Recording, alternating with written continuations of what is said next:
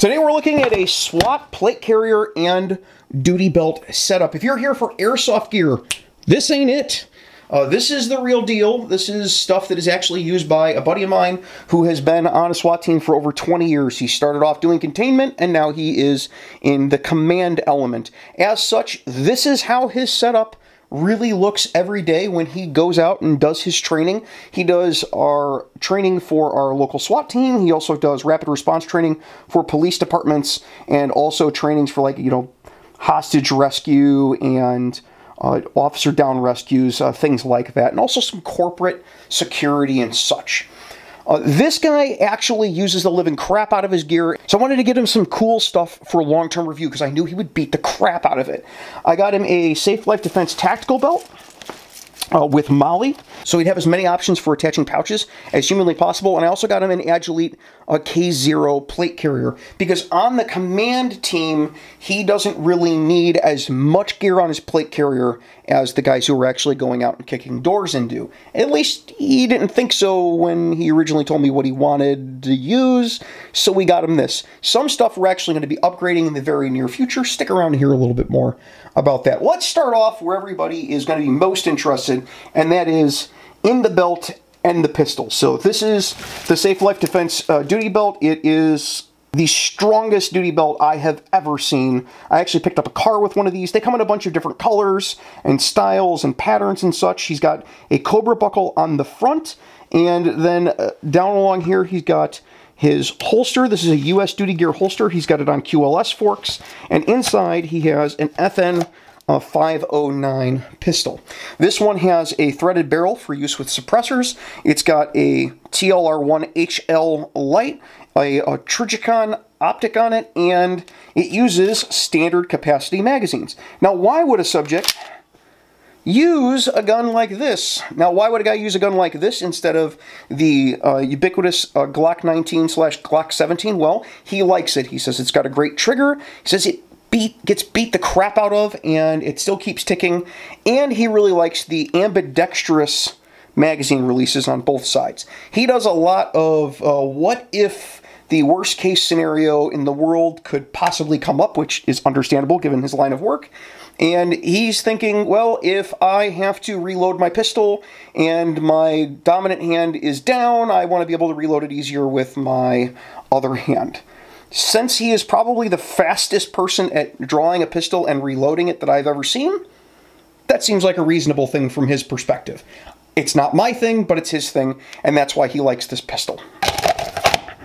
He likes the US duty gear holster. It hasn't failed him, and he really likes having the QLS forks because he can use the same holster for patrol work or side jobs or security work or detective stuff, you know, indoor administrative stuff. He uses the same holster for everything, so he's got his holster moves from belt to belt instead of having multiple holsters. It's a smart move. With his off-duty pistol, interestingly enough, he has a very similar setup. So he's got an optic and a light, and the light works the same way, and the optic has the same size dot, and the trigger's very similar. He likes things to be one thing, I learned that one thing, I master it, and I'm never switching off to anything else. In this way, we differ a lot. Everybody knows I carry a Walther PDP on duty with a dot and a light on it, and I carry a revolver off duty. He is the exact opposite. He's a thoroughbred just into the realm of just shooting handguns fast. And he's really, really good at it. Behind that, we've got a Max Petition dump pouch, which I've never, ever seen him have this rolled up. This like stays like this all the time. And inside, because we just came from a training class, that's how I was able to scam this from him to do the video today, and why it's taken like a year and a half, 2 years to do it, is that we just taught a class together, and we're doing it again tomorrow, and I'm going to be able to get this back to him before he could ever get called out for anything. Otherwise, his duty pistol, he would never let me anywhere near that. So he's got a full-size chamois like you'd use for a car, and this he uses to clean the lens on his pistol and the lens on the light and the lens on his flashlight and his glasses and all of that. This probably has gonorrhea pacifilades all over it. And then he's got some qualification paperwork in here, and then a bunch of training rounds from today that we totally forgot to take out of there before I did the video. So, you know, that's on me. Up front here, he taped down the end of the belt. The belt comes with a little elastic piece that holds the end of the belt down, but he said he doesn't want anything that could possibly ever go wrong, and for whatever reason, he thought that wasn't going to be secure enough, even though it never failed on him, and it couldn't possibly, if you know anything about Cobra buckles, but he needed to tape it down, because that's the way he is. We still love him. Anyway, over here he's got a pair of suspenders. Where are these suspenders from? Somebody's going to want to know. Operational survival suspenders, which are also very, very strong. He's got a climbing rated carabiner and a door wedge. Let's see who makes the door wedge. It's made by Wedget. And then he's got a pair of mechanics gloves that have like a fake leather palm, and he has cut the trigger finger off, of course, of the right glove, and it's got some impact protection on the back. And of course, it's in multicam, because if you're a tactical cool guy, even if your team doesn't allow you to have multicam as a regular part of your uniform, you got to have some multicam so that you look cool. He likes the impact ones because he says it gives him protection for the backs of his hands when they're doing break and rake operations or teaching breaching or whatever else. And you can tell by the condition of the gloves that he does quite a bit of that, especially teaching people how to do it. He's got a couple of taco pouches on the side here with 2 pistol magazines. He's got a fast mag, which he has managed to break. I mean, that should tell you how much effort he puts into it. If seeing his pistol and the condition of that doesn't get you the fast mag being mostly broken should.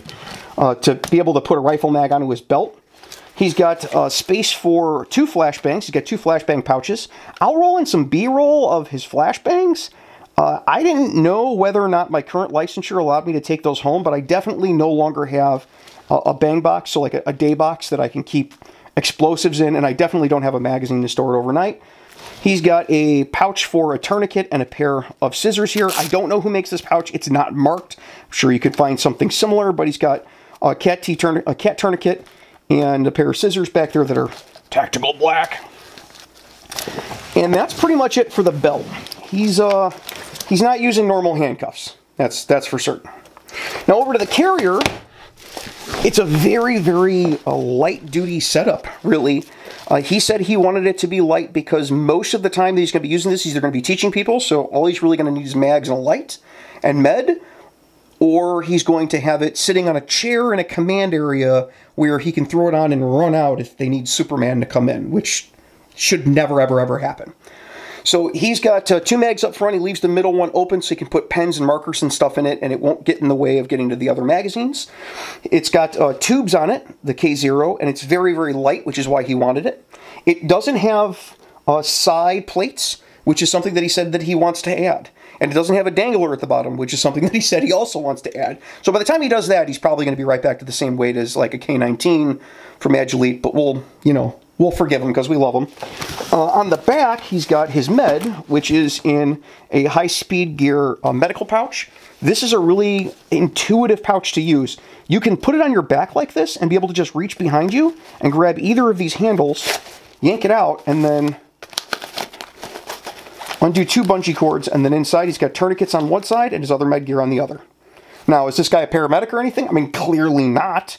But it is a cool way to be able to get access to a couple of tourniquets. These are just old issued tourniquets that he just carries around because these are the soft T wides, which are easier to put onto another person. You notice from his belt, the tourniquet that he has immediately accessible that he's always going to have on him, even if he's in the command van, is a cat tourniquet to make it easier to put on himself. Soft T wides to make it easier to put on other people. Why he wouldn't apply the same logic to from his pistol to his tourniquets, I don't know, but we still love him. He still gets the job done, and as the person who has to call 911 occasionally to get the SWAT team to come out, we're just going to let him have his little idiosyncrasies. Nobody bothers me about my J-frame. Nobody can bother him about having 2 different types of tourniquets on him. This carrier has some level 3 plus plates inside of it, and it is a really comfortable carrier and very modular. You've got Velcro adjustments on the inside with markings that make it easy for you to set it up, wash it, reset it up without having to beat your head up against the wall trying to get it adjusted properly, which is a nice extra feature from Agilite. And it's got a lot of mesh inside, which allows a little more airflow, and it doesn't smell like stinky 45-year-old man like it should. So that is his plate carrier and belt setup. Notably missing are the patches that he would normally wear when he's out operational, because these have the agency name and the team name and his position on the team, and we don't speak for any of them. So I took them off and I put some tactically suited police patches front and back. These are cool because they're retro-reflective, and as they wear, the reflective material is behind the black material. So they get more visible the more worn they get, which is a really cool thing. So if you have any comments, questions, or concerns about any of this, I will do my best to answer, because this isn't my stuff. But I do have some pretty strong opinions on his duty pistol choice. So I guess we could talk about that if you really want. Until next week, you guys be safe and take care of each other. That's been your free field training for today. While you're here, check out one of the other videos that we made, or down here, subscribe so you can see more. Or you could check out Patreon, where you can see how you can get your name put on the videos, like all these fine folks over here. I'll see you guys next time.